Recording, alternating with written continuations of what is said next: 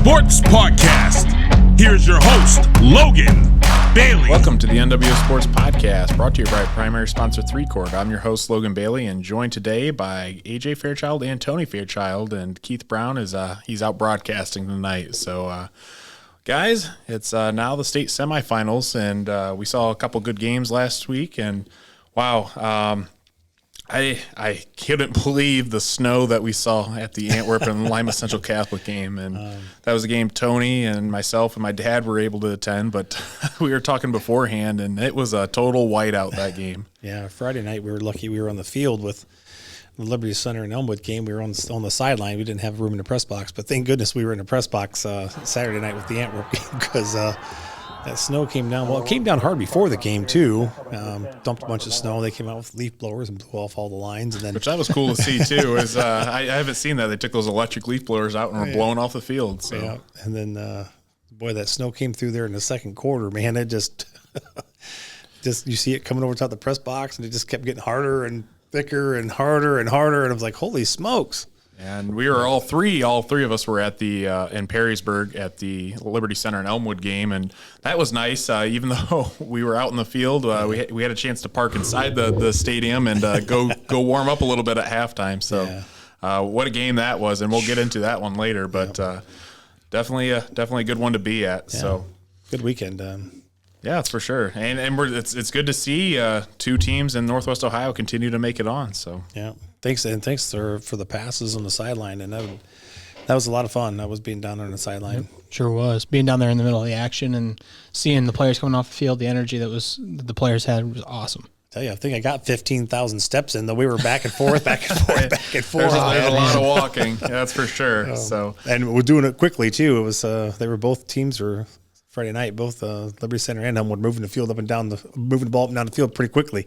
That's something that's always nice too. I feel like when you're on the sideline, you're more immersed in the game, and you get to feel the momentum swing, and it's just an awesome experience to witness. So let's look at how we did for last week's picks here. And AJ, you're still in first at 182 and 49. Keith is in second with 100. Actually, that's wrong. Yeah, I was looking here. Keith actually has 182 and 49. 182. Yeah, that isn't right. AG's 184. 184 and 47. There we go. Myself, I'm in third with 175 and 56. And then Tony is in fourth with 174 and 57. And Bryce is in last with 171 and 60. So, AJ, I think it's safe to say that you've probably won this year. So I think it's going to be pretty hard for Keith to come back with 2 games this week and potentially 2 more next week if both those teams win. So, Got to say thanks to Columbus Grove for pulling that one out against Columbia, because that would have, if they would have lost to Columbia there, Keith would have tied me back up. So thank you, Columbus Grove. But I mean, if I look back at it, and I was telling the guys offset is I can't believe how many games we've picked this year. Yeah, I mean, you're looking, and we're over 250 games this year, and all of us have. Rice has the lowest percentage. We've all picked over 74% as far as picking games correctly, which I think that's pretty fair and nice job from all of us throughout the year. Yep. Let's look at some round 4 playoff game recaps in the regional finals. We'll go ahead and we'll look at the first one, which was the NWO Sports Game of the Week, and that was the Division 5 Region 18 Regional Championship held at Perrysburg. It was the number 1 seed Liberty Center facing off against the 2 seed Elmwood, and Liberty Center came away with the win on that one, and boy, was that back and forth, but they ended up winning 49-38. Just looking at some stats here is Zane Zeider, quarterback, was 4-5, 88 passing yards. He had 2 passing touchdowns. 10 carries for 92 rushing yards and 2 rushing touchdowns. We'll also get into some of the performances later, but I could not believe how fast Zane Zeider was. That kid would take the ball and he would just be off, which that was very impressive from him. Yep. A couple other good performances. Running back Matthew Orr, 21 carries, 196 rushing yards, 1 rushing touchdown. Running back Colton Cruz, 15 carries, 106 rushing yards, 2 rushing touchdowns. Tight end Aiden Hammondtree, 1 reception, 42 receiving yards. Nice reception there on the seam route. He was running free right up the middle and was able to get a nice touchdown on that one. And then Elmwood, Elmwood still played very well, and Hayden Wickard was quarterback for Elmwood, was 21 of 32, 264 passing yards, 4 passing touchdowns. Wide receiver and linebacker Micah Oliver had 10 receptions, 94 receiving yards, and 2 receiving touchdowns. He also had 5 tackles and 1 sack on the defensive side. Wide receiver Alex Arnold had 5 receptions, 79 receiving yards, and 1 receiving touchdown. And running back Mason Oliver carried the ball for 20 times, 77 rushing yards, and 1 rushing touchdown. So, guys, we were all there and we witnessed this game. So what are your initial thoughts from this game? Man, I tell you what, it was, we watched, we were all standing there, and Liberty Center stuffed Elmwood on the first play, the first drive, got the ball and went right down the field. I thought, wow, this may not be good. They kicked off to Elmwood, and Elmwood answered, came right down the field, scored, and then it was on from there. It was just kind of back and forth. But yeah, it was one hell of a battle, man. Just great game to be at. That was like after that first touchdown, I think AJ looked at me and said, what was it? Something about I said something about like maybe a running clock because I don't think they're going to stop Liberty Center's offense. And I said to AJ, I said, well, we'll see how Elmwood responds here and then Liberty Center's next drive on offense. And boy, good thing we said that because things really took a turn. And it was like Tony said, back and forth the entire game. And they're just we could talk about this game forever because being that's there what and I mean. seeing it, just the one thing, and we talked a little bit before we got started here tonight. The one thing that I wanted to talk about that actually to me changed the entire complexity of the game was Elmwood going for 2 on their second touchdown. They decided to not kick and go for 2. My thoughts are you're in a battle with the number 1 team in the division. If you make it, you're the hero, right? You're up 1, but you didn't make it, and now you're down 1, and then Liberty Center scored again, and then Elmwood came back down and scored again. Well, now they go for 2 to try to even it back up, and they missed. I think that pass was actually picked off in the end zone, if I remember right. And then so now as you mentioned a little bit ago, now you're chasing points. Yeah. And when it came down to the end, that changed the entire game, in my opinion, because it made it a 2-score game versus a 1-score game. Made them, because for a while they were down by 10, and then so Elmwood was kind of chasing and kind of forcing some issues, in my opinion, and to me that changed the entire game. Yeah, absolutely. And another thing that really kind of this is against Liberty Center is the ball security that we saw. 3 fumbles. That's rough for any team. Now the kudos to the defense for getting big stops on 2 of those. All 3 of them were within their own red zone. Yeah, which is what's really scary as a coach. You turn the ball over in your own red zone, you're thinking, well, just handed them a touchdown or at least 3 points. Yeah, and 2 of those times it got stuffed. Elmwood went for it on 4th down 2 of the 3 times and ended up getting stuffed on both times, so ended up coming out with no points. So those are huge stops on defense, but also huge errors on the I think one of them was a punt return. One of them was a snap over the head. Kickoff return, yeah. Yep. Yeah, one was a snap over Zyder's head, and then a kickoff return. All 3 fumbled, and definitely inside the 30 for sure. Yeah, absolutely.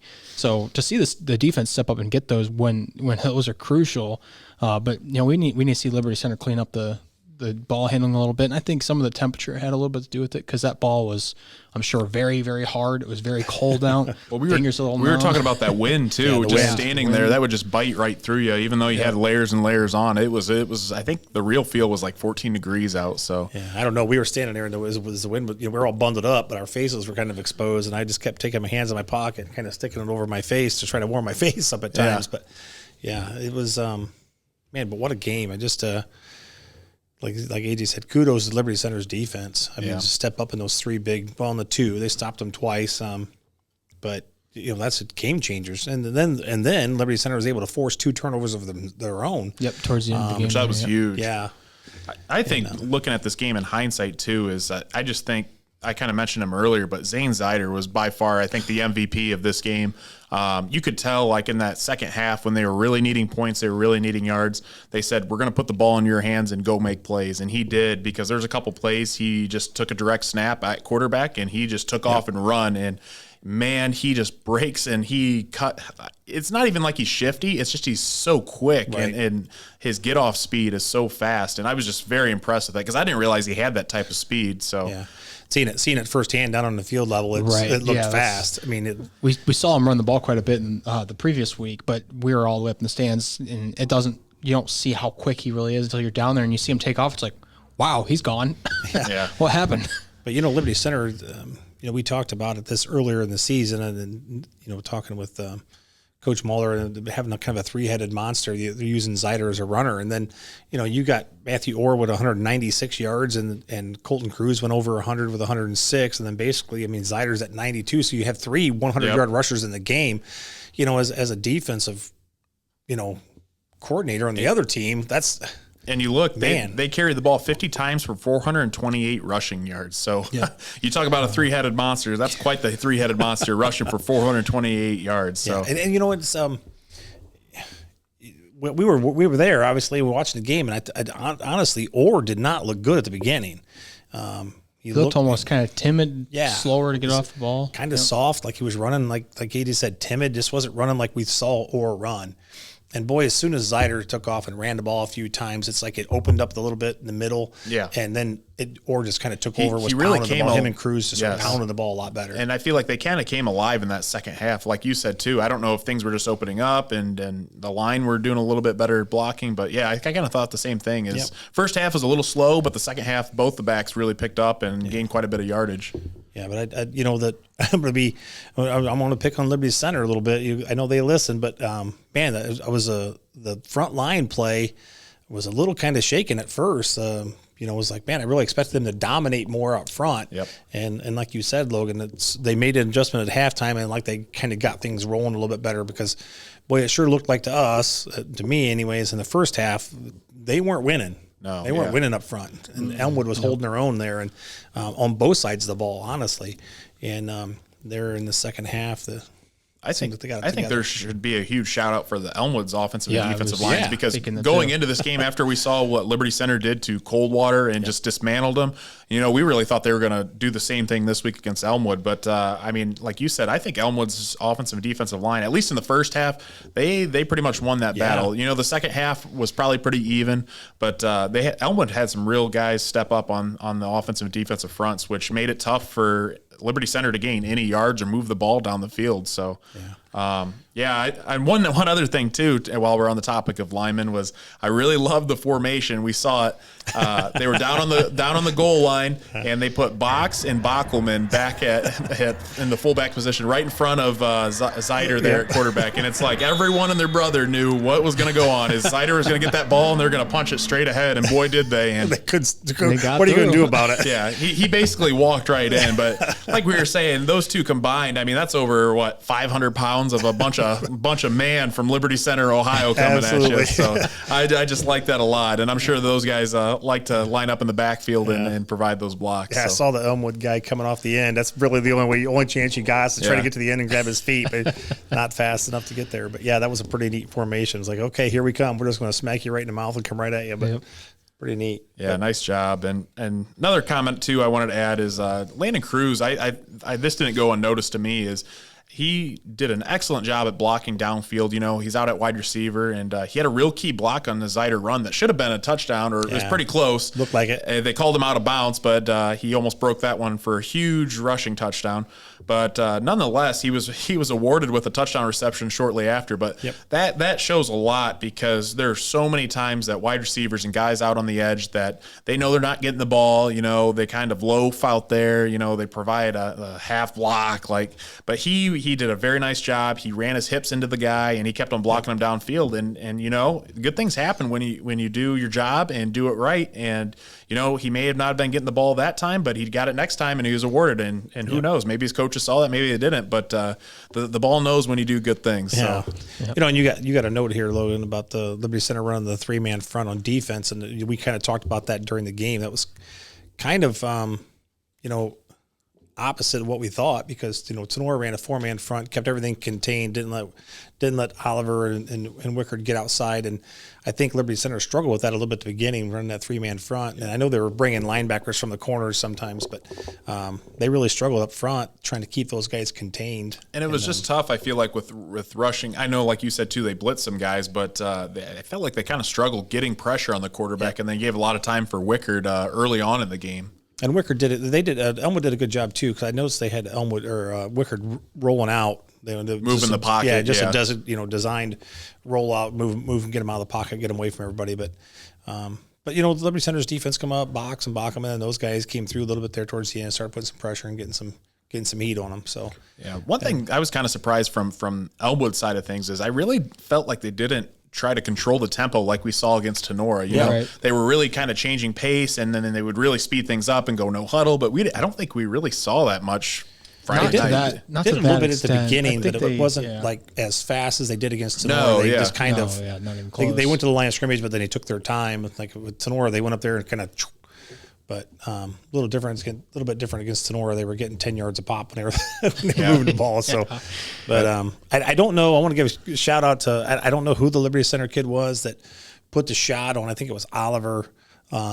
And caused that second fumble of theirs, kind of in the middle of the field. Elmwood was kind of driving the ball, moving the ball, and made a nice pass over the middle. And I didn't get to see the number of whoever it was from Liberty Center, but put a shot on him and popped the ball out. And Liberty Center was able to recover that. And that was kind of the straw that swing. Yeah, straw that broke the camel's back there for Elmwood, I think. But man, like I said, a great game to be at. We always tell you guys to get out and watch games, and that was one to be at. And that's one of those games that Liberty Center needed that game. And it looks like it was kind of just a slugfest, but it's really good for Liberty Center coming into the semifinals here in state, because they hadn't really played from behind that I know of. Really, maybe one game I think we had talked about. This was the first game all year that Liberty Center was, I believe, behind at halftime, is what I read. Okay. So wow. So for them to have to come back out at halftime and make adjustments as a team that's losing at that time gives them a lot more confidence that they have the ability, if they go on down at halftime, to make those adjustments and come out and win the ball game. This is a really, really good game for them, morale-wise. It shows that they can really accomplish anything as long as they make the right adjustments. And the nice thing is, too, I don't think they haven't really been tested like this in quite some time. So I think it's a good thing to have, like almost a wake-up call here to realize that you aren't invincible. I mean, there's still things that can happen. So I'm glad that it happened now rather than being, state championship or even this week. I mean, just kind of, because the talent just keeps getting tougher and tougher, and the opponent just keeps getting tougher and tougher. And maybe, maybe Liberty Center looked a little bit, didn't not gonna say didn't prepare, but Elmwood almost got beat by Tenora, right? Liberty Center handled Tenora pretty well, and maybe it was kind of one of those like, oh yeah, we just killed Coldwater, and Coldwater's supposed to be one of the best teams in the state, So and then so they came out maybe not quite as prepared as they should have been, mentally. Like, hey, we're going to take care of these guys. They beat, I don't know, but also another shout out to Liberty Center fans and all the people of the community, because we saw quite a few varsity jackets here from other schools, but Liberty Center packed the stands, man. I don't know if there was anybody at Liberty Center that was still in Liberty Center, but stands were pretty full on that side, so it was pretty neat to see. All right, let's go ahead. Let's move on to the next game here. Looking at Division 6 Region 22, the regional final here, and that was the 5-seed Columbus Grove facing off against the 3-seed Columbia. Columbus Grove ended up winning this game 34-0, and it was complete dominance by Columbus Grove. And you look at some of the final stats here. Columbus Grove's defense only allowed 79 total yards all game for Columbia, which is very impressive. We've talked about Columbus Grove's defense throughout the year, but it really shined this last week. Again, another nice performance by Trenton Barraza, running back for Columbus Grove. He had 18 carries for 140 rushing yards and 3 rushing touchdowns. And again, I can't give them enough credit for the defensive side of things. I know we didn't have stats for those guys, but shout out to all those guys on the defensive side of the ball, because when you're down and you can't score any points, that's just demoralizing if you're the other team. So excellent job by them and head coach Andy Schafer over there. So what are your guys' thoughts on this game? Go ahead, AJ. Just looking at one of the stats here, the fumbles. Both teams had 5 fumbles. That's a lot of turnovers in a game. Holy crap. But the big difference there is that Columbia lost the ball 4 of those times. Yeah. Whereas Columbus Grove was able to recover it 4 of the 5 fumbles. So big turnover difference there, which, like you said, when you're trying to get something going on offense, but you just keep turning the ball over because the defense is just shutting you down, it's just like, what do you do at that point? Your morale just drops. And seeing, too, that kind of makes me think is seeing all those fumbles in that game. I think the cold weather definitely had to play a role in some of the turnovers and the just the bobbling of the ball we saw. Even like in the Liberty Center game, we saw some bad snaps here and there. So Antwerp, they had some bad snaps too. So that cold weather, I think, definitely played a role. And really, the kids haven't played in any kind of temperature that cold. So I mean, that was their first experience to that. So I was just getting ready to say that. The temperature has been pretty warm. We've been talking about how warm it's been, and then here we are the first week of November, and we're playing, and it's 65 degrees. In a tournament game, and then all of a sudden, here it is. Just hits you right in the face. Teens. Blizzard. It's in the teens, and so you're not used to that. And like you said, Logan, there was a lot of turnovers in Liberty Center Elmwood game, a lot of turnovers here, or at least fumbles. And there was 5. Well, actually, there was a couple extra ones, I think, in the Liberty Center Elmwood game because of the interceptions on the extra points. I don't know if those count or not, but but yeah. So there's a lot of turnovers over this past week, and we'll talk about that again in the Antwerp game coming up. But it's AJ brought that up as the first thing I looked at when I looked at the stats. Like, wow. But we talked about Liberty Center and Elmwood being a slugfest. This was just literally there was a total of 17 total of pass attempts in the game, so they were just trying to run the ball down each other's throat, and Columbia didn't get it done. Columbus Grove put it to them, and congrats to them. And another thing is, too, Columbus Grove didn't punt the ball at all. They had 0 punts during the game, which that's just awesome as well. They had 9 first downs compared to Columbia's 4 first downs. So, talk about just running the ball and moving the chains for Columbus Grove. So, and they played some clean football. You look at it, and they only had 3 penalties. Columbus Grove did for 20 yards. That's excellent. Anytime you can limit it to, I would say, probably under 40 yards worth of penalties, that's a nice job. And if you can control that, it's just another point in your favor of winning the game. So, anytime you have a running clock going into the fourth quarter, makes the game go by quick. And both teams running the ball, not throwing the ball. That game had to have been over with by about 8 o'clock. Yeah. Get home early. I think that was probably nice for the Columbus Grove fans in the stands because, like we said, it was a cold one, and but to see them come out and dominate, that's just awesome to see. Yeah. So, but again, we talk about special teams, and I see on here they kicked up, Columbus Grove kicked a couple field goals, and those things matter. And as coaches and players, if you're looking for a spot on a varsity team as a freshman, learn how to kick. Yeah. Everybody needs a good kicker, and you see it all the way up to the pros. People, they need good kickers, and I'm telling you, that can change ball games. And I think too, looking, Shep Halker was the field goal kicker. He kicks a 28-yarder, a 27-yarder, which, and though they won 34-0, but you get into close games, that's a huge weapon to have because. Yeah.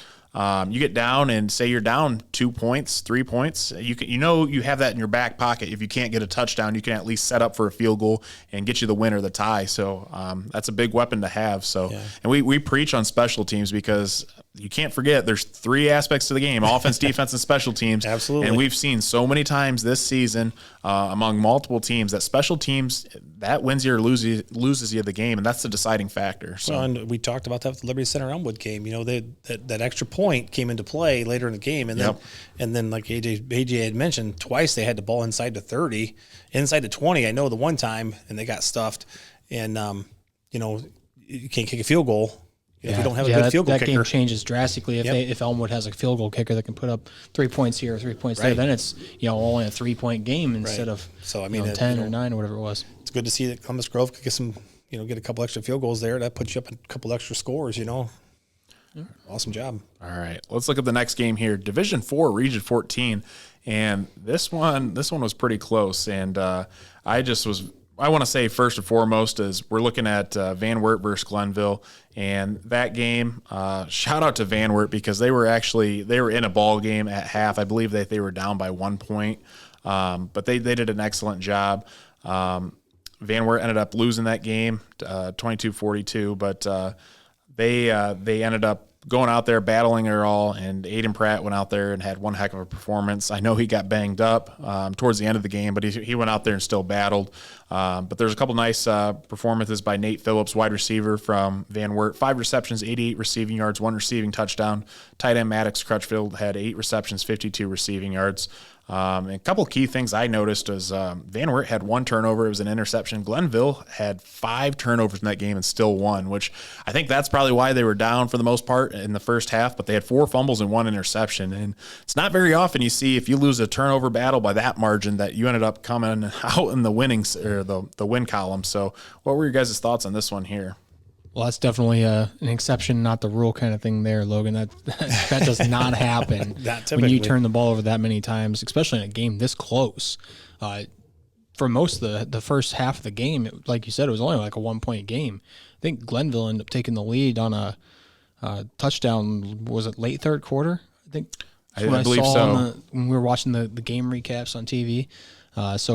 So for a game that close, but then again, maybe the game was only that close because of all the turnovers. So it's hard to say which way, but you got to take care of the ball there. Yikes. Oh, quick correction here. The final score was actually 42-33. So that was the final of that game. But Tony, what were your thoughts on this one? Just like you said, shout out to Van Wert for coming in there. We all picked against Van Wert, and with Glenville's resumes with players and stuff like that.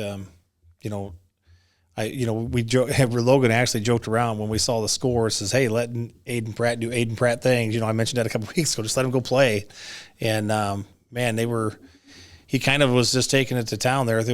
Pass a couple runs for a touchdown, and I look at the total yards. I mean, AJ mentioned the 5 turnovers, and Glenville still put up 486 yards of offense with 5 turnovers.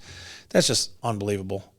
But, when you look at some of the other stats that we always kind of look at, third down efficiency, Van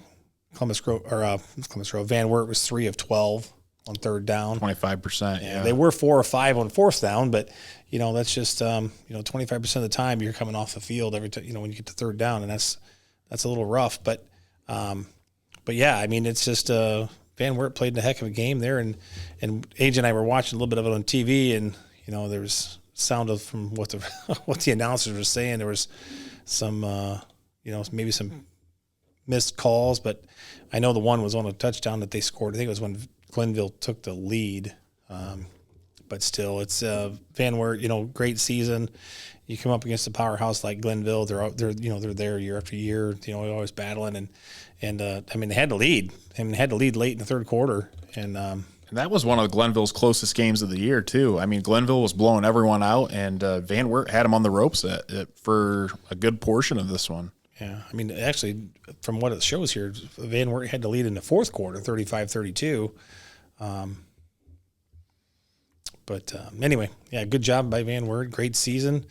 Aiden Pratt, I mean, he's that dude's the real deal. Threw for 256 yards, 3 touchdowns. I just saw him and offensive lineman Logan Dotson both got offered by Finley after that game too. So, awesome.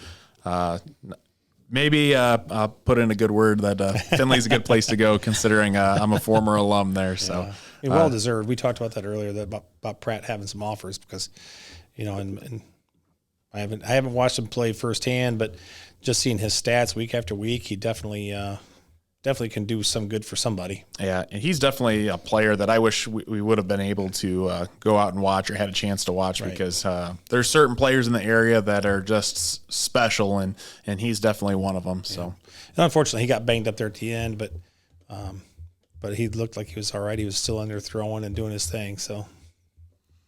All right, let's look at the next and last game that we covered. Looking at Division 7, Region 26, the 2-seed Antwerp played the 4-seed Lima Central Catholic, and that was at Donnell Field in Findlay, Ohio. And it was a heartbreaker for the Archers. Unfortunately, they ended up losing that game 43-7, and that was just a tough game all around. Lima Central Catholic rushed for 44. They had 44 carries for 365 rushing yards, 8.3 yards a carry. They were led by quarterback Carson Parker. He had 17 carries, 167 rushing yards, and 3 rushing touchdowns. And running back Sierra had 19 carries, 136 rushing yards, and 2 rushing touchdowns. But another big stat from that game was Antwerp had 3 turnovers. That's something that Antwerp just doesn't do on a regular basis. 2 interceptions, and Lima Central Catholic had 0 turnovers. But I felt like from watching this game, you could really tell that Carson Ultimus's sprained ankle was affecting him Saturday night. He was it looked like he was very immobile, and you could tell he didn't look like his usual self back there in the pocket, which ultimately when you get a leader like that, and you could tell Ultimus is the heart and soul of that team. Even when he went down last week against Gibsonburg, I mean, it was just you could sense it on the whole Archer squad that they were losing a part of themselves when he went down. But he ended the game with 3 carries for negative 27 rushing yards. And the last thought I had too was the Lima Central Catholic trenches absolutely dominated on both sides of the ball. And shout out to those guys because they really paved the way for their running back and Carson Parker on offense, and on defense they were just shutting Antwerp down and they could not move the ball. So what were your guys' thoughts on this game here? You know, being there, watching the game, it was another cold night. That was Saturday night. That was another cold night. You know, luckily we were in the booth for this one. We weren't on the field, but just Antwerp, I mean, I'm going to say it like it is. Antwerp didn't come to play. I mean, they looked slow. They looked like they didn't want to be there. You know, Logan, you mentioned in the trenches, just got their butts handed to them in the trenches. They were just getting blown off the ball, both sides, offense and defense. You know, linebackers were filling and getting run over. I don't know. It was not the performance that Antwerp needed in that situation, and I'm not sure what happened. But you know, I mean, obviously, Ultimus being hurt was a big factor in the game. Definitely. Ultimus, I mean, the 27 yards. You said he had minus 27 yards rushing. He didn't run the ball. Yeah, he got tackled, got sacked. Getting sacked. Yeah, that's what it was. You know, Ultimus normally runs for 100 yards or more, and he didn't even attempt to run the ball. So, you know, his ankle sprained, and you know, like you said, Logan, when he was taking the snap, he literally just stood there. He didn't even step back. He didn't even take drop steps. He literally caught the ball, turned, and threw the ball to wherever, you know. And that's a huge factor because, I mean, he's a quarterback that he likes to throw on the run. I saw last week when I was watching him against Gibsonburg, I mean, there was probably maybe 30 to 40% where he was scrambling out of the pocket, making a throw on the run, and he just couldn't do that. I mean, and like you said, it was just very uncharacteristic of what we saw out of the Antwerp Archers because we know what they're capable of too. Right. And I don't know that it changes the offense and defensive line needed to come to play, and maybe if Ultimus is healthy, that changes their mentality. I don't know, but they just got completely dominated up front on both sides of the ball. It's really surprising. Which kind of the odd thing is here, we following Tenora all year long. We got to see all 4 of these regional final teams that we're covering. All 4 of them we've seen play against Tenora, so we have kind of a rough comparison in that manner. And Antwerp beat Tenora. That was a pretty good game. It was all the way down to the last couple of seconds, last like 14 seconds. But Tenora kind of dominated LCC. Yep. So going into last week, we all picked Antwerp, thinking Antwerp had a good shot at winning that game pretty handedly. We thought Antwerp was going to come out there and put up a fight against Lima Central Catholic. So to see them come out and get dominated like that, something changed, and it's unfortunate to see that. And I still think a lot of it has to play with the health of Carson Ultimus because I mean he is the leader on that team. Yep. I know definitely by leading by example. I'm assuming probably vocally as well, but it was just like you said, it's like they weren't rety to play and from the start. And body language, body yes. language did not look like they wanted to play. And, I mean, you look at some of the stats here, team stat-wise. First downs, LCC had 23. Antwerp had 7. Rushing yards, Antwerp only had 2. Passing yards, Antwerp only had 97 compared to LCC's 52. But this is quite the difference. Total yards, LCC had 417 compared to Antwerp's 99.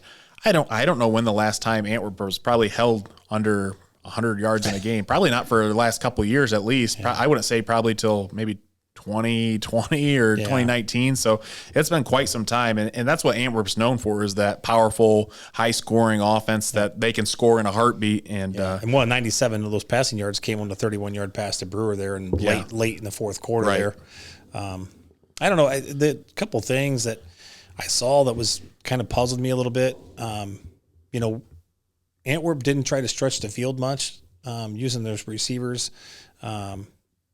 I don't know if LCC was doing that good of a job of guarding everybody, but they took one shot downfield. I think Ultimus threw the pick. Yeah, and that was thrown into double coverage. And then like after that, it was kind of like they didn't stretch the field after that. Which is kind of odd to me because we know Carson Ultimus has an arm. He's got a cannon and is usually pretty accurate. So why would you not stretch the field down a little bit more? I know there's blizzard conditions out there in some part of the game, but well, it was only the second quarter. The rest of that, it was just cold and windy. I mean, it was really, really windy. The flag was straight out all night. So, but the other thing that really puzzled me, and AJ mentioned it, Sonora played LCC and Sonora played Antwerp, which was funny because Sonora played all four of the teams that we went and watched this weekend. They played Elmwood and they played Liberty Center, but Sonora was very, very, very successful against LCC in stopping Parker from running. They kept him contained, kept him inside the pocket, and when he was trying to throw the ball, he was on the run because they were putting pressure on him. And we come out, and Logan, you mentioned it in the Liberty Center game, Antwerp comes out, they're in a 3-man front, and right away, they ran for, I think the very first play from scrimmage, they ran for like 9 yards or 10 yards, something. I mean, it was like just boom. They went right off the outside and sealed off the tackle, and they were off to the races. And I thought, why are we running a 3-man front? And that's the thing too. Carson Parker from LCC, he's a he's a big, thick quarterback. Yeah. I mean, and we saw him run over some kids on Antwerp, and he picked up quite a few yards after contact too. So I thought that was kind of puzzling. But even going back to like the passing game, I'm just surprised Landon Brewer couldn't get open more, because I saw in Gibsonburg, they back to that game the week prior, Ultimus hooked up with Brewer for a huge 70-something yard touchdown. He was really eating up yards. And then they started bracketing him. Then they started putting 2 guys over top of him and then kind of shut him down the rest of the game. But really, they didn't really double cover him, or he didn't have any help. A lot of it was just single man on an island, or they played a little bit of zone. But I thought that was kind of, I just couldn't believe that hookup wasn't there. Right. And it's just one of those things, we were armchair quarterbacks where, we're Monday morning quarterbacks looking after the play. But I mean, right away when they came out in defense, so they lined up in a 3-man front against them and didn't maintain the outside, and LCC was just pounding the ball off each side, off the tackles, and sealing that off and just running at will kind of. And, it was just like that's, Sonora was successful because the defensive end kept him contained and kept him smashed in the middle. And when he did run, he was being chased, and it wasn't like he was out there running around, and that's just kind of you would have thought Antwerp would have looked at, hey, Sonora, can we have your film, for when you guys played him and how did you guys beat him? Right. That was a great example. But anyways, on a couple lighter notes of the game, it was, the snowstorm that came through there that Logan took a little video of and posted. It was, it just, I was telling AJ, because, he wasn't there. I said, the video doesn't do it justice. How bad it got. And I'll post that video here too on the podcast. But go ahead, Tony. That video, the snow just kind of rolled over top. It just kept coming over top of the press box and just kept getting, and it just got thicker and thicker. And when you do I took some pictures myself. When you look at the pictures, you can still kind of see. But when you were there, you really couldn't see from one side of the field to the other. Yeah. But it was pretty bad. But it was kind of funny, though. I was going to say on the lighter side of it, we were down on the field before the game, and Coach Hale comes out. And if people follow Antwerp, Coach Hale always wears shorts. He comes out there, and it was freezing cold, okay? It was. I don't even know what the temperature was, but it was cold. It was snowing. And he comes out there and lets out a big yell, and I should be in shorts. I should have worn my shorts. I'm like, you stand out here for a few minutes, maybe you'll change your mind. But, the other thing that we noticed that we talked about a little bit, when we were at the LCC Elmwood game, Elmwood had like NASA-style heaters that were blowing down the sideline. Oh, my goodness. They were huge. Enormous. And, I thought, well, they're not going to be cold. They had 2 of them, one on each end, and kind of blowing with the hose down through the sideline. Liberty Center had one little tiny, kind of salamander style heater. The boys were kind of all huddled around that a little bit. And then we go to the Antwerp game Saturday night. Neither team had a heater at all. I couldn't believe that. That was like, man, something oh man. else. And we kind of joked around if kids are looking for a science experiment to do. I think it was Tiffany and my daughter did a science experiment where you take a basketball and you see how the temperature affects the ball, how the bounce of the ball. And, you're trying to punt, kick field goals, whatever you're trying to do. And the ball's frozen basically. It's 20 degrees outside. Yeah. That ball ain't going anywhere. And we noticed that kind of a little bit in the Liberty Center game and the Antwerp game. But I would have thought you would have had a heater to at least put the ball in front of him before you're going to go punt. It doesn't come off the foot very hard, and it definitely doesn't bounce when it hits the ground. It just kind of dies. But it was a chuckle that I had. I looked over to Liberty Center or the Antwerp sideline, like, hey, these guys don't have heaters. And I looked over to the other side, I'm like, well, they don't either. Yeah. I was impressed, though. I mean, even though they didn't have a heater, Antwerp, I think all their kids had a big, heavy-duty winter jacket, which I know not all schools have. But, yeah, I couldn't believe it. It's funny to see, like you said, to see what all teams bring out as far as cold gear. But I still go back to those Elmwood heaters. I have never seen anything like that in a high school football game ever. I mean, that was those salamanders on steroids times 10. So those things were industrial strength, they that's were. for sure. Yeah, I can't remember. Someone I don't know if they rented them or donated them to use for the game. But wow, I tell you what, that had to be nice on the Elmwood sideline because those things were big and they had two of them too. They didn't just have one; they had two of them. So that was awesome to see. So, all right, well, we're gonna go ahead and we're gonna take a break to hear from our sponsors, and we'll be right back. 3Chord is a family-owned and operated business who offers the highest quality embroidery, screen printing, sign and promotional items to customers in Northwest Ohio at competitive prices. Locations in Archbold, Napoleon, and Bowling Green. Check them out at 3chord.com. That's THREECORD.com. For any of your auto body or collision needs, be sure to check out Bat and Stevens Body Shop, voted the #1 body shop in Northwest Ohio by Crescent News readers. Give them a call today at 419-497-3111 to schedule your free estimate. Check out Tenora Rams Live. Live events broadcast on YouTube and post-game results, articles, schedules, and more can all be found on tenorarams.com. Feel free to look up their Twitter, Facebook, and Instagram pages as well. Jimenez Basketball Academy strives to create an atmosphere to cultivate basketball fundamentals in Northwest Ohio youth athletes, offering one-on-one sessions, group sessions, speed and agility training, and much more. Located in Pettisville, Ohio, call Coach Jesse today at 419-551-8105.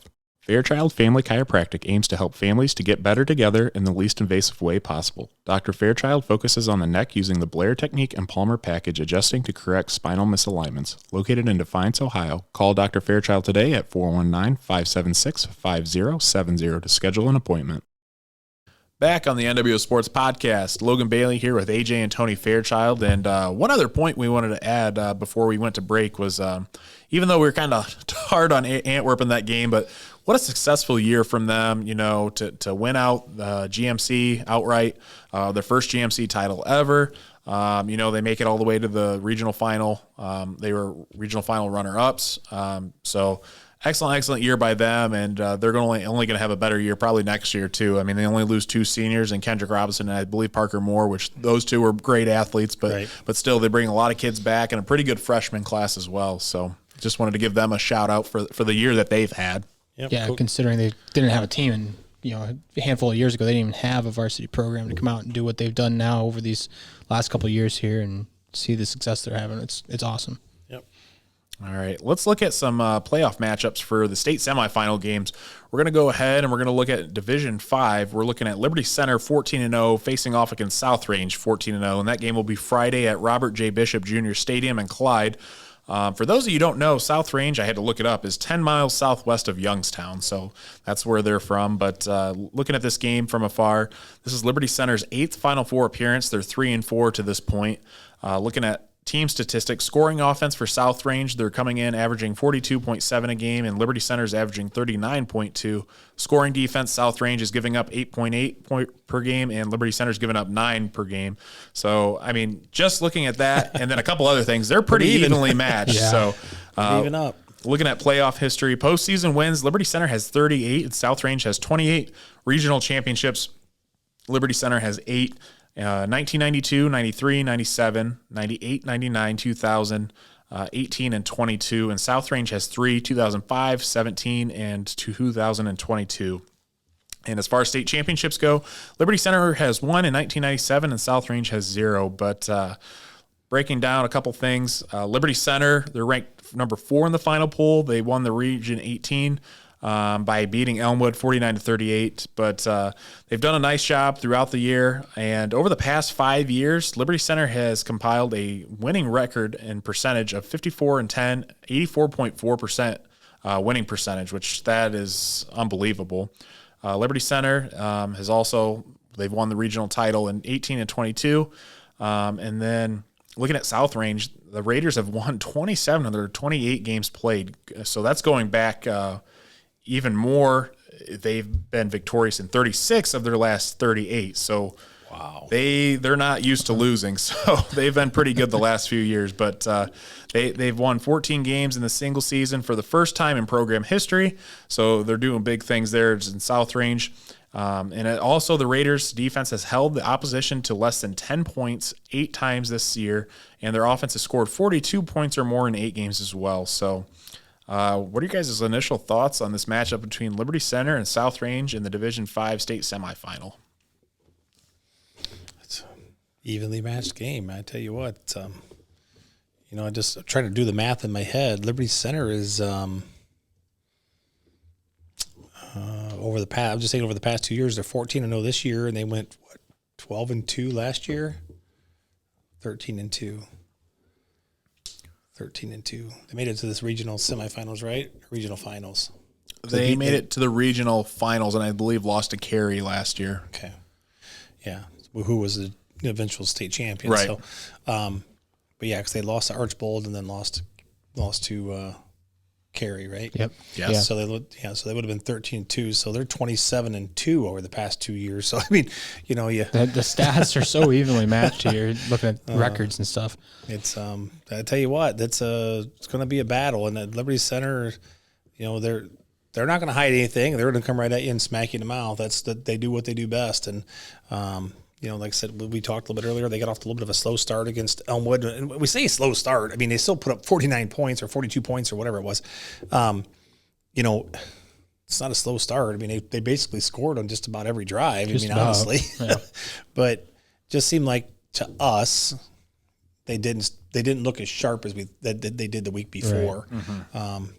But not knowing South Range, obviously they've changed something there that's made them successful over the last couple of years. So we'll see what it says here. They turned away in the Final Four by Patrick Henry in 2005, and then by Eastwood in 2017. But so a couple of teams that we do know, Eastwood and Patrick Henry. But it'll be an interesting battle. Both 14-0. I'm sure they've both been battle tested here this season, and I think looking at this game, I think it's going to all depend on trench play, offensive, defensive line, because, we saw Elmwood really kind of win that battle for a good part of that game last week, and Liberty Center struggled with that. But if Owen Box, Lionel Bachman, Seth Navarre, those guys come out and they dominate, I'm talking dominate on the offensive and defensive line like we saw against Coldwater, there's no doubt in my mind that Liberty Center comes out with a win in this game. Yep. But if they come out and they kind of play like they did against Elmwood, kind of struggled and to establish the offensive and defensive line, I think they're going to be in a battle. I mean, you look,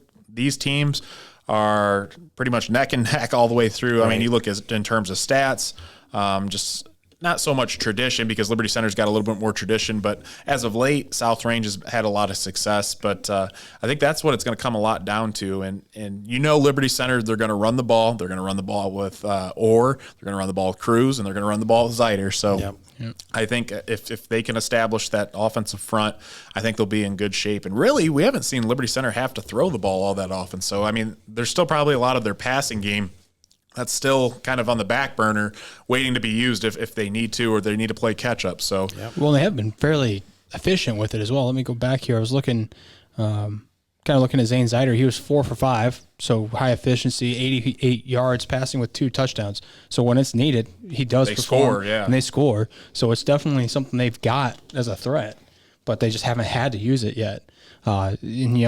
One thing we keep talking about is establishing that front. As far as the offense, in my opinion, they really did kind of establish that front. It may not have been the most crisp play that they had up front, but they established it. I mean, like you said, put up 49 points.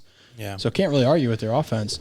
Defense, I'm not sure if it was so much, the players not establishing the front, or if the scheming was a little bit off. Like we said, they had 3 down linemen, so it's a little easier for Elmwood to control Box and Bachman and those guys if they could double team. And we saw a lot of double team on those guys. So it's changing the scheme a little bit. Maybe they'll come out in a totally different front against South Range, and that could be completely different and handled way better, or just different, I guess is the best way to put it. So don't don't think there's any question that those guys have the ability to handle any team they play. Just you gotta have the right scheming and the right motivation on defense to get it going. It's going to be a little different. It's a holiday weekend. And Logan, I think you mentioned it. You're playing over Thanksgiving. You have Thanksgiving dinner together as a team, and I don't know what Liberty Center's tradition will be, but I'm sure Coach Moeller is going to have them ready. And I think Liberty Center is going to handle this game. I think they're going to come out and they're going to win it. I think they're going to win it pretty handedly, to be honest. Last week was an eye-opener. They, like I said, maybe they kind of overlooked them a little bit. And like AD just said, maybe they didn't have the right scheme in place, defensively. But they got the job done regardless. Yep. They got the job done and fought off 3 turnovers and still came out victorious. But I think I don't know anything about South Range. I don't know if they throw the ball, run the ball, but I think Liberty Center is going to handle this game. And I think it says a lot too, because we were on the field listening to Coach Moeller talk. Obviously, we were down there and watching the game, and there's just something different about this Liberty Center team. I feel like we've seen throughout the year they're battle tested as of late. Yep. I mean, they've taken care of business all year long, but to see Coach Moeller talk to those kids and see the emotion on their faces, and you can tell there's just something special about this Tigers team going forward. And I'm excited to see this matchup because they're 1 win away from a state champion or playing in a state championship game. So. That would be awesome to see. Yeah, absolutely, and it was neat. You mentioned that, Logan, and the tradition there at Liberty Center that was kind of like a college atmosphere kind of thing. Like when you watch Ohio State and Michigan after the games, they go over, they sing, with the student sections, and Coach Moeller talked and then said that after he got done doing his little speech, he said, all right, now go celebrate with your community. And they were all lined up there on the end zone. And that, to me, was really neat to go over there and, hey, go celebrate with, everybody because they're not allowed on the field. But I thought that was really neat. Quick point, too. And Tony and I were joking around because AJ started walking over there, getting into it, taking the pictures and stuff. And we said, AJ's full-on homer right now for Liberty Center. So it was just kind of funny because he was just joining in like he was one of the Liberty Center fans. But, we're definitely rooting him on. But it was just kind of a funny moment there. So I've been a big fan of Liberty Center this year, especially after talking to really in the late season here, even more so after talking to Coach Moeller and then talking to Owen Box and Landon Bachman last week. Just the atmosphere they have. That's the kind of football that I love. That's the community that I love and love to be a part of. So, yeah, I did kind of want to step up there and see what he had to say at the end of the game, just to see what that's like. That was awesome. It was awesome. The whole thing is just so special because we talked about Liberty Center is they have such good community support, and everyone is so supportive of the football team and athletics there. And it is truly one of those like movie-esque small football town programs. That's what it is. Keith said, it's like a Friday Night Light thing. It is. Yep, so absolutely. That's something awesome to see. So let's look at our next game here. This is the second game that our local teams that we cover will be playing. It's Division 6, and Columbus Grove, 12-2, is facing off against Marion Local, 14-0, and that will be Saturday at Spartan Stadium in Lima, Ohio. This one, the Bulldogs of Columbus Grove are going to have their hands full. I was just looking, adding this on here. Drew Pastor's Fantastic 50 has Marion Local favored to win by 30 points. And doing a little bit of research on Marion Local, we talk about them time and time again. That is one of your probably if you're a high school in Ohio, that's probably one of the programs you want to model your own program off. Just all the success they have, the way they do things. Being a small school and they get probably 80 kids to come out on the football team. It's like we talk time and time again. We just want to kind of pick Coach Goodwin's mind and see how they do it down there because I don't know. You're talking about the Friday Night Lights thing. The Marion Local really is a Friday Night Lights. Everybody down there is involved in the program down there. But, you look at their schedule with Marion Local. They beat Wapakoneta, they beat Macomb, they beat New Bremen, they beat Coldwater, they shut out Allen East. Throttled them 55-0. Just whatever Marion Local is doing down there, I really do. If I ever had a chance to go be an assistant, I want to go be an assistant coach there just to find out how that all works. But man, oh man, I tell you what, Coach Goodwin's got it together down there. They knocked off some big teams this year, and en route to what they're doing. So Columbus Grove is definitely going to have their hands full come this weekend. And looking at Marion local, they're averaging 41 points per game on offense, and they're just giving up 2 points per game on defense for the year, which is outrageous. I don't even know how that's possible, but they have 10 shutouts on the year, considering they play probably the toughest schedule in Division 6. I mean, they played Wapakoneta, which they're a Division 3 team, and handled them 21-7. But they're outscoring opponents in the playoffs 190-3. 190-3. I'm going to repeat that again in the playoffs. Yeah. That is absurd. I mean, they started the playoffs. They've 45-0 shutout against Anna, 56-0 shutout against West Liberty Salem. Then Versailles scored 3 points on them, and then a 55-0 shutout of Allen East.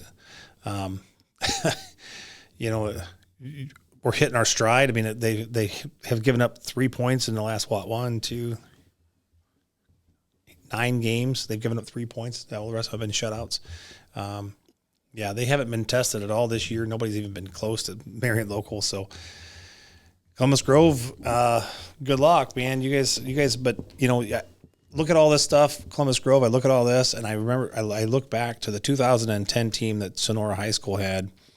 There was only one team that had scored them all year, and that was Parkway. They given up 18, and I think 12 of those points come against the JV late in the game. After we subbed everybody out, and then Sonora got knocked off by LCC, and so fairly early too. Yeah, right early in the playoffs, matched up against LCC. So Columbus Grove, it can be done. But you're gonna have to play your A game. Obviously against these guys. These guys are not gonna. Obviously, they're not going to let up on you because they just throttled Allen East. And Columbus Grove lost to them earlier in the year. I believe 7-0. It was what they had early in the year. Yeah, they lost 0-7 to Allen East. But Columbus Grove they're averaging 29 points per game on offense. They're giving up 10 points per game on defense for the year, which that's very respectable in itself. Absolutely. But to win this one, they're going to have to, like Tony said, they're going to have to play A++ ball, and that comes from everyone from the coaching staff to the players.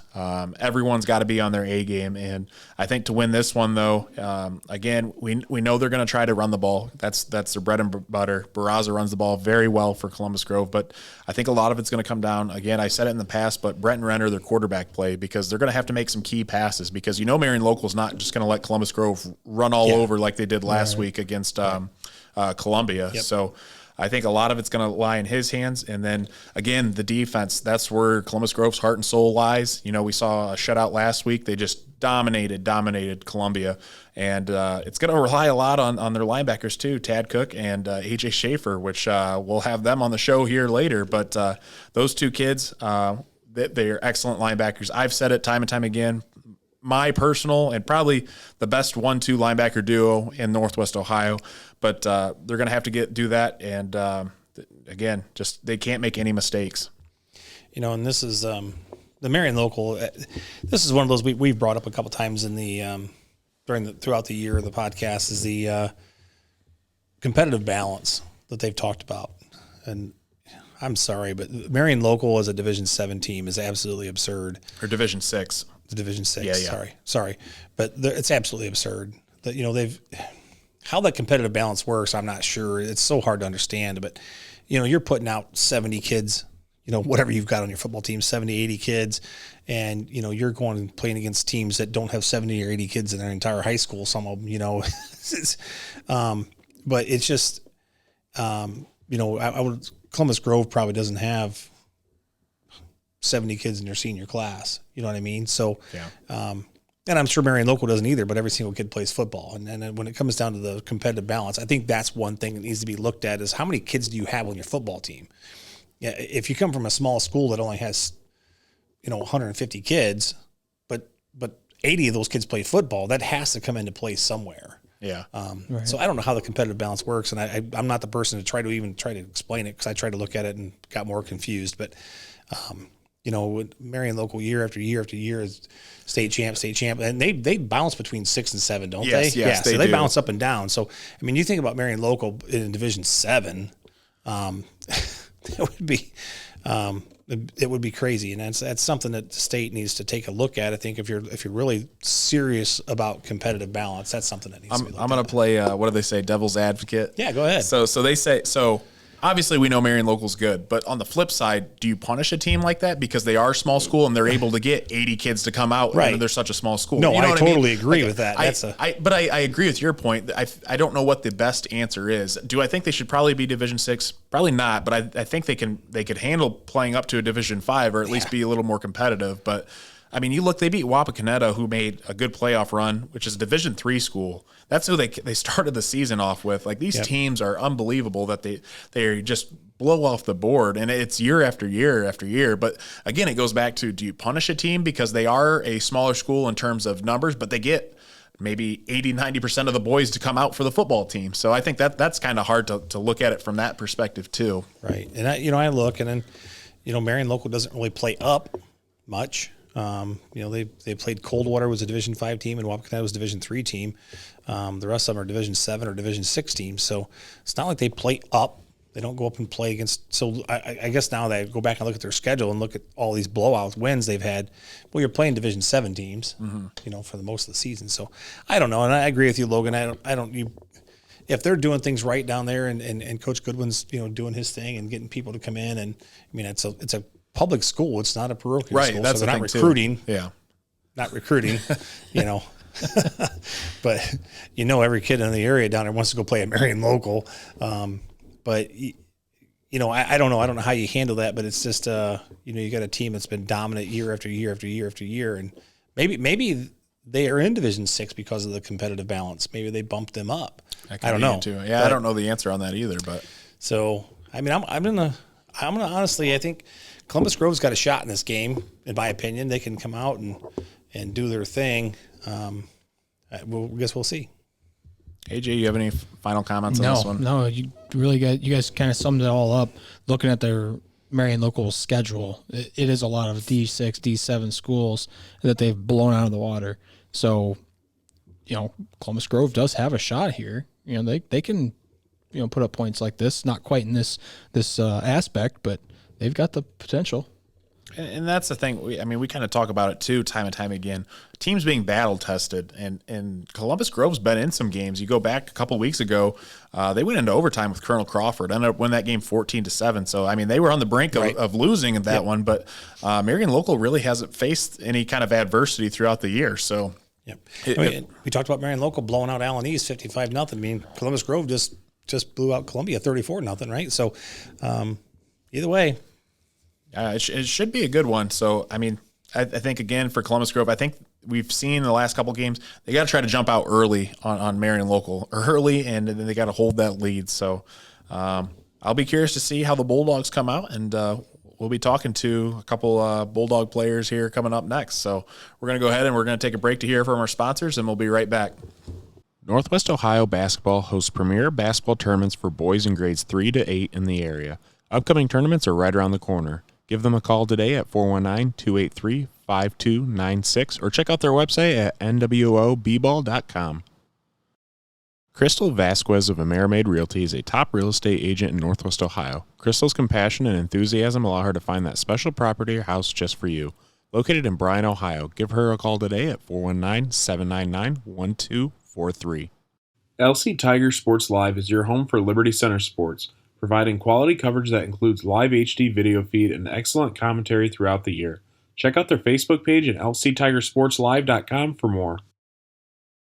Optimal Performance Fitness is your go-to gym in Northwest Ohio, providing group fitness classes, personal training, and sports performance sessions for area athletes. The Drop Zone Pizzeria is the #1 voted pizza restaurant in the region. Check them out for pizza, wings, subs, and more. Located in Ayersville and Stryker, or contact them about their new traveling food trailer. We're back on the NWO Sports Podcast, and we're into our call-in section here, and we're having Columbus Grove football players and offensive lineman and linebacker and Tad Cook, and fullback and linebacker and AJ Schafer. So first off, guys, I want to congratulate you on the big win last week against Columbia. Thank you. Appreciate it. So first question I have for you guys is, I've been saying you two are my top linebacker duo in Northwest Ohio. I've been saying that all season long. You guys are physical. You play smart. You do your job very well. My question for you guys is, what is it like to play and practice with each other, considering you two are both excellent linebackers? It's definitely a game changer having Tad on the inside, because I think we play off each other, and When I seal the edge for him, he comes and cleans up. And if he's pushing them out to me, I come in and clean up. So I think we work together really well, and it's nice having Tad there. And we got another linebacker that helps us out here too, and Landon Schrader. So. Yeah, I'd also say that we hold each other to a high standard, so we make sure all of us are doing a good job and doing our jobs. And if one of us don't, we hold each other accountable. Yeah, I mean, those are both excellent answers, and that's good to see you guys. You guys hold that accountability to each other, and you really lift each other up. And I think that's what great players and great teams do, and it's awesome to see you guys doing that. So.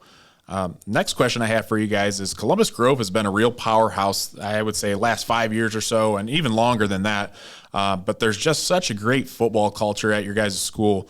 How and what does it feel like to be part of a great program like Columbus Grove, and what do you think it is that makes your guys' program so good? I think it starts with the community and the families.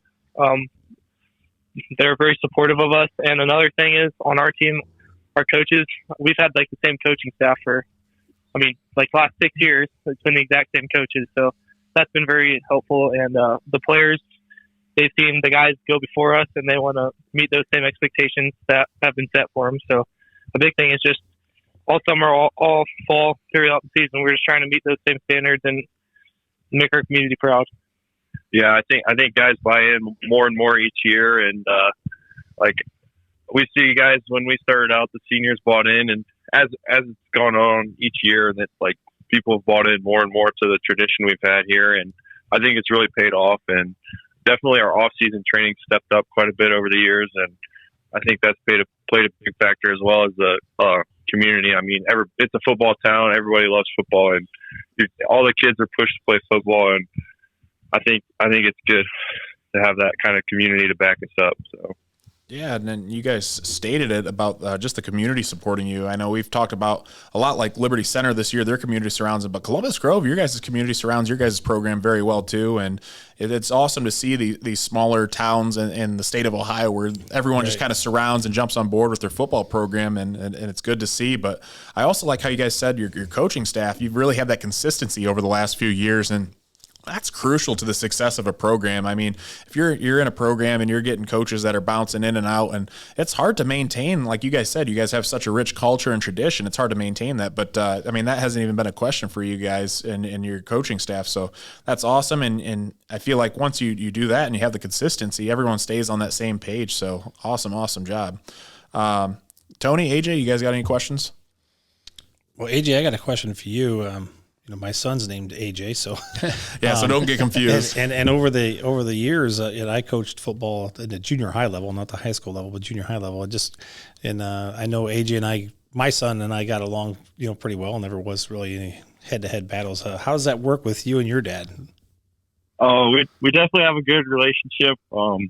There's times where we butt heads a little bit, but I think we worked the kinks out over the years. And I think the start of this season was a little rough, but we work it out, and this has been the best season so far. And I think it's been nice having my dad alongside with me over the years. So yeah, sometimes you kind of butt heads a little bit, because I think sometimes as a dad, you try to hold your kids to higher standards, and it takes a little bit for a parent to kind of back away from that. And like, hey, listen, I can't expect more out of him than I do anybody else. But sometimes you do that. But it's neat to see that you guys are getting through it. Yep. Hey guys, this is AJ Fairchild here. The one question I had for you guys is: do either of you guys have any pre-game rituals that you like to take part in? Whether it's individual, just like listening to certain music, or even as a team, do you guys have pre-game rituals that you enjoy? Yeah, a couple of us come together and we say a quick prayer before every game, and we've been doing that all throughout the season. And yeah, more and more people join in each week, so that's one of ours. Do you guys? Yeah. Go ahead. I'm sorry. Do you guys do team bonding stuff? Yeah, we do. We throughout the playoffs, we've eaten out we pick a day throughout the week, and we'll just go out and eat together, and that's one of the things we like to do. Cool. Now, was that Tad that was talking before? Yeah, sorry, I cut you off. No, I was just going to say we've been, especially in the playoffs, we've been coming together and spending a lot of time together after practices, hanging out in the locker room, and just go out to eat. So, So I know AJ Fairchild here at the studio asked pregame rituals, but what do you guys got bumping in those headphones before the game? What's your pregame music look like? A little bit of everything. We like to listen to some rock and some of the skill positions, like their newer modern rap stuff, but we like to stick it old school with the 90s rock. We got the old rock. Okay. That's awesome. Who, if you had to pick one song to get you pumped up before the game, what song would each of you go with? Oh, I don't know. It's different every week, you know. Got to pick one right now, putting you on the spot. Yeah. Do something like that. I think my favorite is like Kickstart My Heart. Oh, there you go. Okay. Hey, we've talked about this several times, guys. If you get a chance, and I'm sure you guys have, check out Virginia Tech coming out on the field. They're Enter Sandman. That'll get you. If that doesn't get your skin tingly, some of those colleges have some pretty cool game rituals. It's kind of neat to get you pumped up. So I got a couple other questions for you guys. You guys have had a lot of playoff experience and success over the last years in your guys' careers. How do you feel your past playoff experience plays into this season's playoff run? I think it just helps us respect our opponents, but still at the same time be confident every game. Like we've been here before, so when we go into the games, we know what to expect.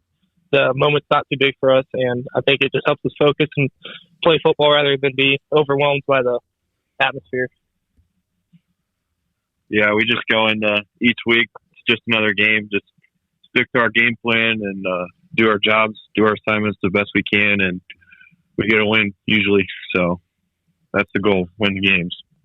Yeah, both nice answers. And Tad, I like how you said it too. Is respect your opponents, because I feel like a lot of times, some teams may get into the playoffs for the first time or even experienced teams, and they kind of overlook their current matchup. But like you guys said too, and AJ just taking it game by game, that's definitely the right way to do it. And you guys would know better than anyone else. You guys have had a lot of playoff games in your careers. So nice answers to both those. So last question I have for you guys is, you guys have had your hands full. You're going to have your hands full this Saturday against a powerhouse Marion local.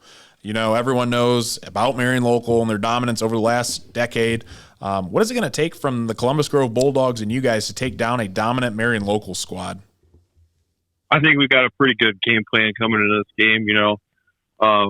We're definitely going into it pretty confident. I mean, most people talk them up quite a bit, and our goal is to beat them just like any other team. Marion local is just like any other team. Everybody's beatable, and I think we just stick to our game plan we got. That's looking pretty good, and I think we can take it to them. Yeah, I agree. I think it's just going in with the right mindset. We're not looking at their last 20 years. We're just looking at them this year, game planning them for this year, and they're just another team. They're nothing special. Obviously, they're a good team at state semifinals, so we're not surprised to have a good team. So. Yeah, and I think that's what you got to do. You got to go in there with confidence, not being cocky, but having the confidence that you're going to go in there and handle business. So, spoken like two true veterans on a good program. So, we've talked about it before with other people that we've talked to, guys. Is just you're going to be playing at different venues and different times and all that stuff, but nothing changes between the lines. The football field's still the same. So, do your job between the white lines, and then good things will happen. Well, that's all we got for you guys. So I just want to thank you again, guys, for coming on. And for those listening, this has been AJ Schafer and Tad Koch. And all of us here want to wish you guys good luck. We'll be rooting you on, and go out there and handle business come this Saturday. Thank you. We appreciate you having us. All right. Take care, guys. Thanks, guys. See you guys. Yep. See you. That was pretty cool. Again, we keep having some really good athletes come on these shows, and just to hear them talk, and you can tell that they've been on the team for a long time. They have a lot of playing experience, and they're like I said too, probably the best 1-2 linebacker duo in Northwest Ohio, and you could really tell by the way they spoke about things and the way that they handled their business. So yeah, it's one of those sections you started towards the end of the season here.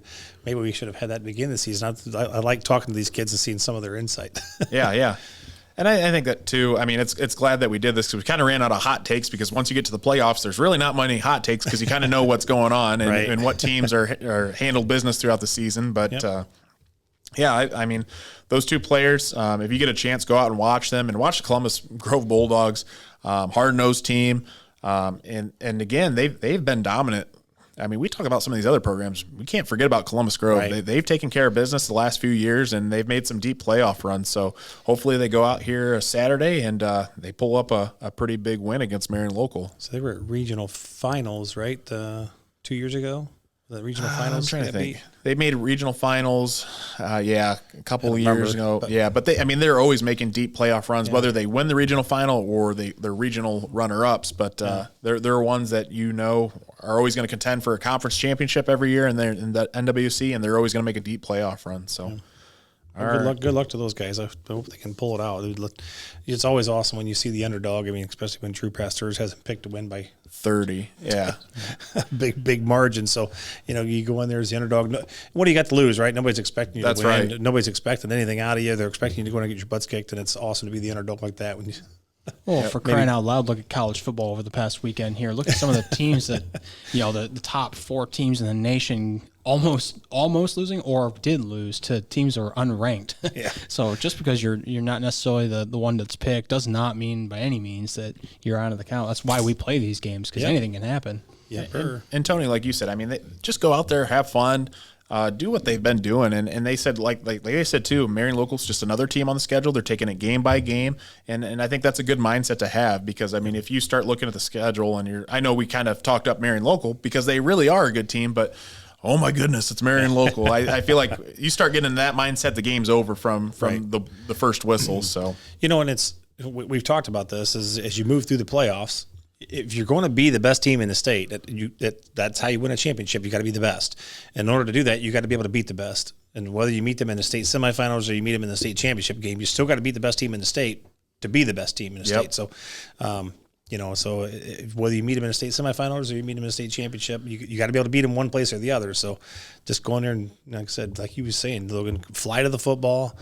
That's going to be the name of the game. Get a lot of hats on the ball carriers and see what happens. Too, you talked about beating the best to be the best.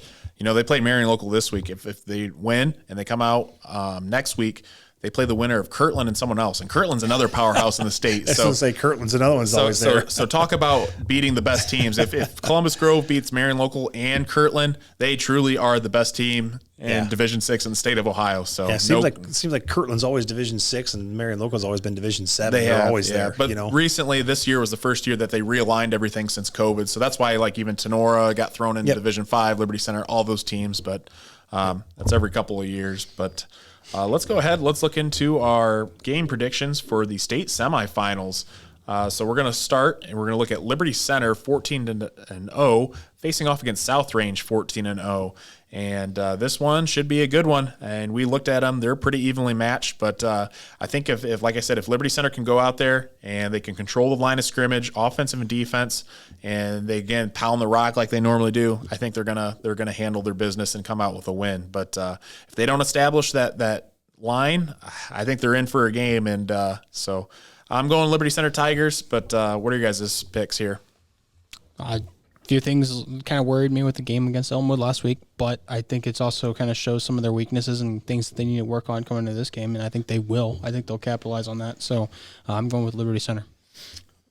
Liberty Center's three-headed monster. Zyder, Orr, and Cruz is going to take care of business. Oh, yeah.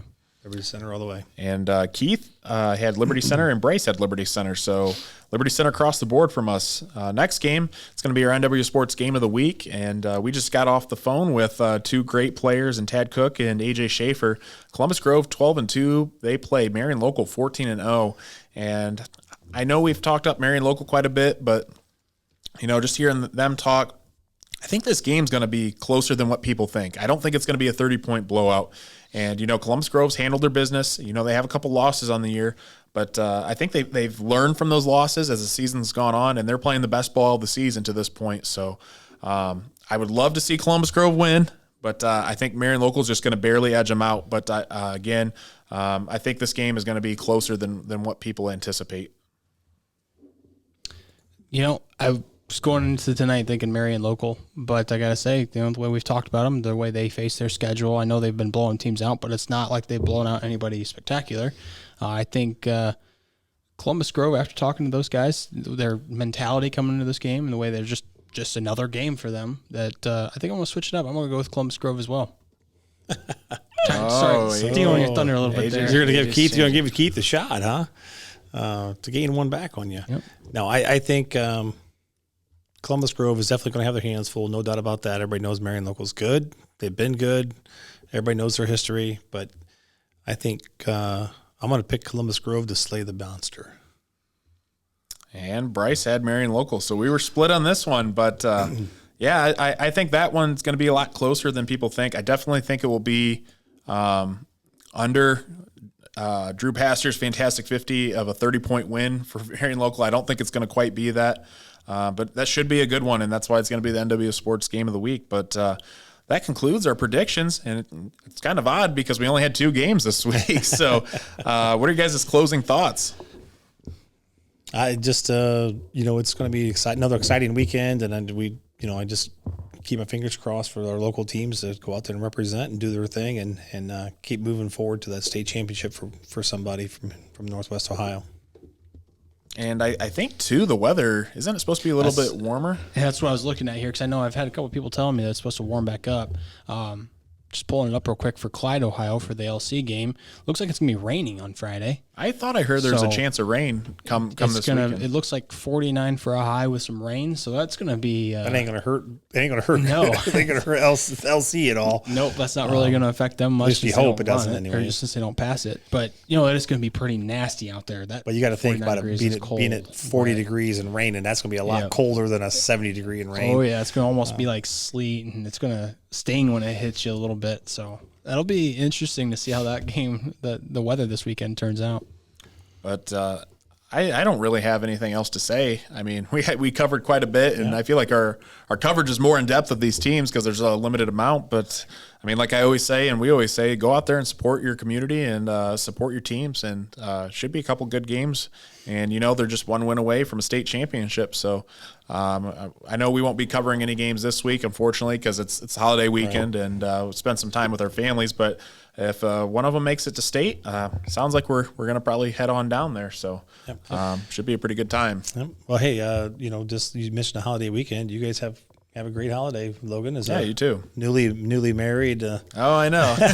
Your first family Thanksgiving, but I gotta jump away from Northwest Ohio sports a minute, Logan, and Ohio State, Michigan this weekend, buddy. What do you think? That's true too. Well, I guess we could talk about this for a minute. I think Michigan's got some injuries this last week. Corum, have you heard anything about this? I heard it was going to be it was a bone contusion, possible MCL sprain, but I think from what I've heard from some of the interviews, Michigan's going to be vague as possible about this. They're not going to tell him whether he's playing or not. That's just the nature of it. But I think he'll probably end up playing. But hopefully Donovan Edwards, hopefully he's one of their good running backs. They use him a lot in the passing game. But hopefully they can get him back because he's been injured. But I think one of their defensive linemen was hurt. Schoonmaker, the tight end, was out. Eric All, I think, was out too. So I think they got to have all those guys healthy if they want a shot at being Ohio State. And well, Buckeyes are beat up too. I mean, both their running backs are beat up, and I seen Stroud was limping a little bit towards the end of the game. There, they still don't have Smith and Jigba back. So I don't know what their Ohio State's going to look like this weekend either. And who knows? Like you said, they're keeping it under the wraps. So who knows? You never know who's going to run out of the tunnels. I think going into that game, though, I obviously Ohio State's opened up at the spread. I think it was 7.5, but I would give them the slight edge just because it's at home too. Right. And I was talking to some people. I was at the Ohio State Michigan game last year at the Big House, and just the environment and atmosphere. They kept on showing on the big board the Big House difference, and it was all the false starts Ohio State had. I think they had like 10 false starts, which you couldn't hear anything. And I said that was at Michigan, and that. The Big House is like a big bowl, so it's not like it retains any sound. I mean, you go to Ohio State and play in an environment like that, that's going to be tough to pull out a win. But and even we were kind of talking too about the loser of this game getting into the playoffs. Hopefully the committee recognizes that those are two very talented teams. If it's close and one team just barely loses, I think the other one should get into the Final Four, but. I don't know. That's a whole nother topic. Yeah. Is the committee favoring the SEC and all those teams? Yeah, but they were talking about it a little bit this morning on ESPN, and we were talking off air a little bit. But you look at let's just say Michigan loses, and it's like you said, it's close. They're playing at Ohio State, like you said, in that hostile environment, all that. How do you keep out a one-loss Ohio State or Michigan team over a one-loss USC team, or Tennessee's out of it now, right? But it's just it'll be interesting to see what they do, and if, like I said, if Notre Dame knocks off USC, I think that definitely swings the door open for both Big Ten teams to get in. But one of the guys on ESPN was talking about having them, Ohio State and Michigan were the only teams that they thought could compete with Georgia this year. So I tell you what, this is the first year in a long time that, as an Ohio State fan, I've been truly nervous about the outcome. Last year, I was a little worried. I just thought knowing what Ohio State's talent looked like last year worried me, because I thought Michigan was going to handle that game, and they did. They came in and did exactly what I thought they would do to Ohio State. This year, there's so much riding on this game for both teams and for the Big Ten in general, and it's very nerve-wracking this year because both teams are very, very evenly matched. 2-3. You couldn't get any closer than that. I think too, if you're a Big Ten fan or Ohio State Michigan fan, you also got to be rooting for LSU to lose. All those teams on the outside looking in, USC to lose, TCU to lose. So hopefully all those teams lose, and then the loser of that game gets into the Final Four. Yeah, if TCU loses, I think for sure Ohio State or Michigan, the loser, it definitely stays in. I think USC, if they beat Notre Dame, they're in. If they win out, they're in. If TCU loses, right now I think USC is probably on the outside looking in, and it'll be interesting. But a little quick fact: the Ohio State Michigan meeting with both teams in the top 5 is the most in college football. They had that little fact on today. Really? It was, Ohio State and Michigan have met more than any other two teams in college football when both teams are ranked inside the top 5. The next closest I guess team that's was, probably not too surprising. And number 2, who do you think was number 2? Give me here's the Aflac trivia question that came up. Who do you think the two teams are that are number 2 for the most times meet, and when both of them are ranked in the top 5? I was confused. USC, Notre Dame? Nope. I wouldn't even have a guess for you. It was Texas and Oklahoma. Mm-hmm. Two teams I didn't even think about. Nope. Yeah. But yeah, it was. I thought you were going to say Texas or Notre Dame and USC because we were just talking about them. I was like, well, those are two historically good programs too. I threw out USC, UCLA. I threw out Florida State and Miami. But no, Texas and Oklahoma. So they had met 10 times. That's pretty interesting. Top 5. But Michigan and Ohio State has the most. Anyways, kind of got off topic with Northwest Ohio sports, but holiday weekend and a lot of football to watch this weekend, both high school and college. So. Yeah, so, well, I guess we'll close it out, but happy Thanksgiving to you guys. Have a good holiday, and all you listening, happy Thanksgiving to you guys as well.